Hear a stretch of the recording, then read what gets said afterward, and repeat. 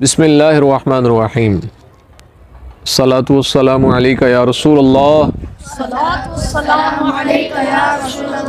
وعلی آلک واصحابک یا حبیب اللہ.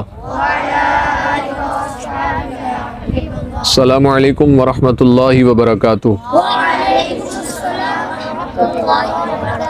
کیا حال ہے آپ کے؟ ٹھیک ہے.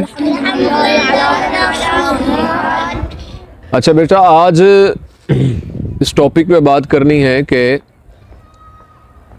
جس طرح اللہ نے قرآن پاک کے اندر اپنے حقوق کو بیان فرمایا ہے، اسی طرح والدین کے حقوق کو بھی بیان فرمایا ہے. ٹھیک ہے. جس طرح ماں کی بڑی شان ہے، اسی طرح والد کی بھی بڑی شان ہے.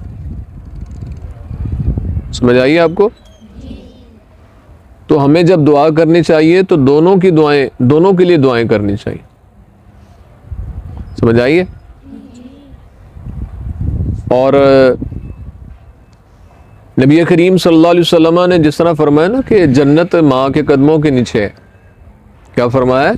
جنت ماں قدموں کے نیچے ہے. اسی طرح حضور نے یہ بھی فرمایا ہے کہ باپ جو ہے وہ جنت کا دروازہ ہے.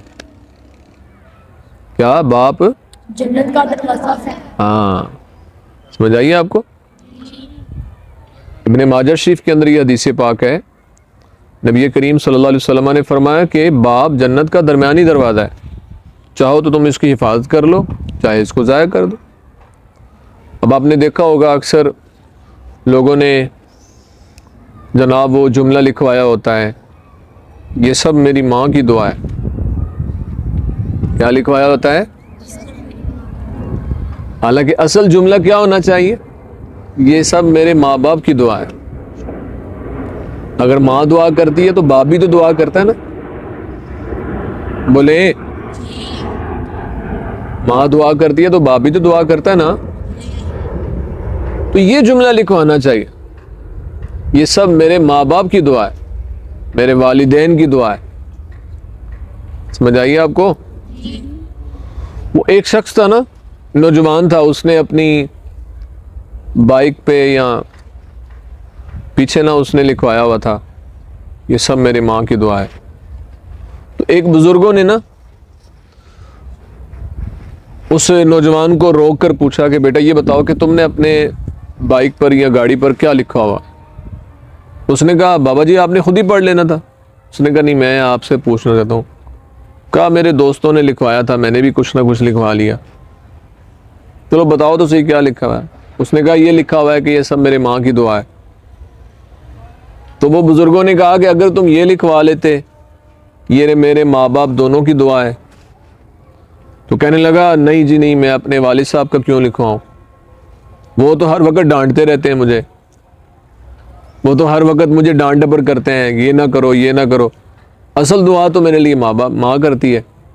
اچھا یہ بتاؤ بیٹا، بزرگ کہنے لگے اچھا یہ بتاؤ کہ زیادہ محبت تمہارے بچوں سے کون کرتا ہے؟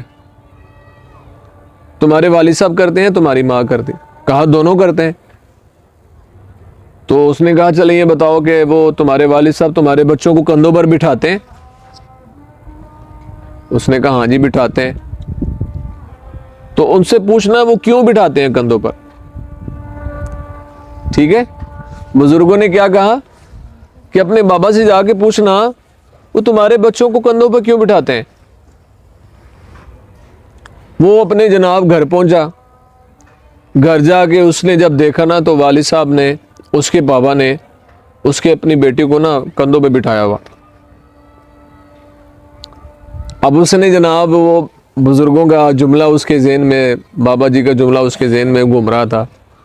اس نے اپنی ماں سے پوچھا ماں جی یہ بتائیں، اپنے والد صاحب سے پوچھا ابا جی آپ کیوں بٹھاتے ہیں میرے بچے کو کندھوں پر؟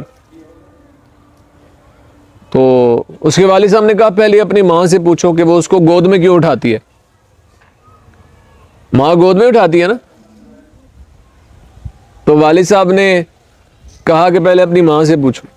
اس نے اپنی والدہ سے پوچھا تو والدہ نے جواب دیا کہ اس لیے اٹھاتی ہوں کہ تاکہ میں بھی میرے بچے وہ دیکھ سکیں جو میں دیکھتی ہوں. ٹھیک ہے نا. میرے بچے وہ بھی دیکھ سکے جو میں دیکھتی ہوں. تو اس نے پھر والد صاحب سے پوچھا اب بتائیں آپ جی آپ میرے بچوں کو کندھوں پہ کیوں بٹھاتے ہیں؟ تو اس نے کہا اس لیے بٹھاتا ہوں کہ میرے بچے وہ دیکھ سکیں جو میں نہیں دیکھ سکتا. کیا؟ میرے بچے وہ دیکھ سکیں جو میں نہیں دیکھ سکتا. کتنا پیارا جملہ ہے. تو اس لیے ماں باپ کی دونوں کی دعائیں ہوتی ہیں.